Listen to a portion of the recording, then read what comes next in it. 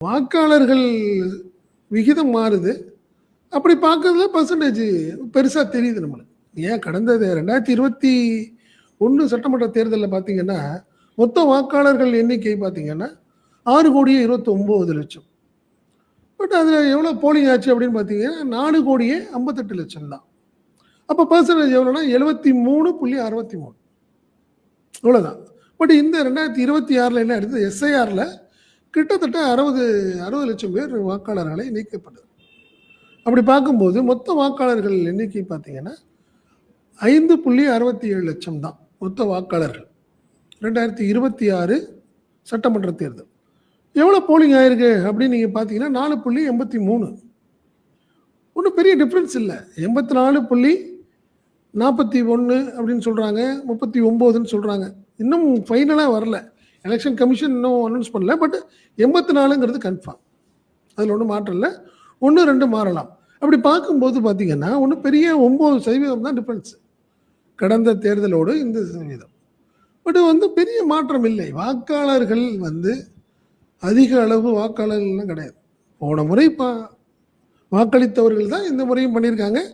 கொஞ்சம் கூடுதலாக வந்திருக்கிறாங்க, அவ்வளோதான். அது எப்பவுமே நியூ ஓட்டர்ஸ் வருவாங்கல்ல உங்களுக்கு, அது நியூ ஓட்டர்ஸாக நம்ம எடுத்துக்க வேண்டியதான். அது அப்படி தான் நம்ம பார்க்கணும். ஏன்னா போன முறை எவ்வளோ இருக்குது, 458, இந்த முறை 483.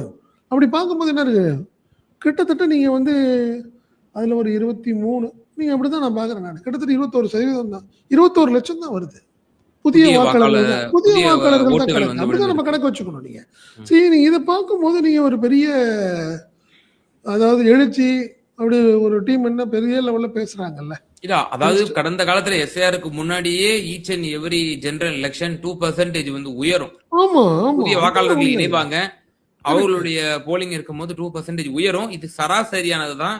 ஒரு ரொம்ப பெரிய ஒரு சாரசாரியா இளைஞர்களோ சாரசாரியா ஆட்சிக்கு எதிரான மனோநிலையோ இல்ல ப்ரோ இன்கம்பன்சி ஆன்டி இன்கம்பன்சி அப்படிங்கிற ஒரு கான்ஸ்பிரேஷன் இதுல சொல்ல இயலாது. அதுல இன்னும் ஒரு டீம் என்ன பண்ணிட்டாங்க, நீங்க பாத்தீங்கன்னா டிஎம்கே வர்சஸ் டிவிகே தான், ஏடிஎம்கே இல்ல, ஃபீல்டுலயே இல்லைன்னு ஒரு இமேஜ் ஓடுது.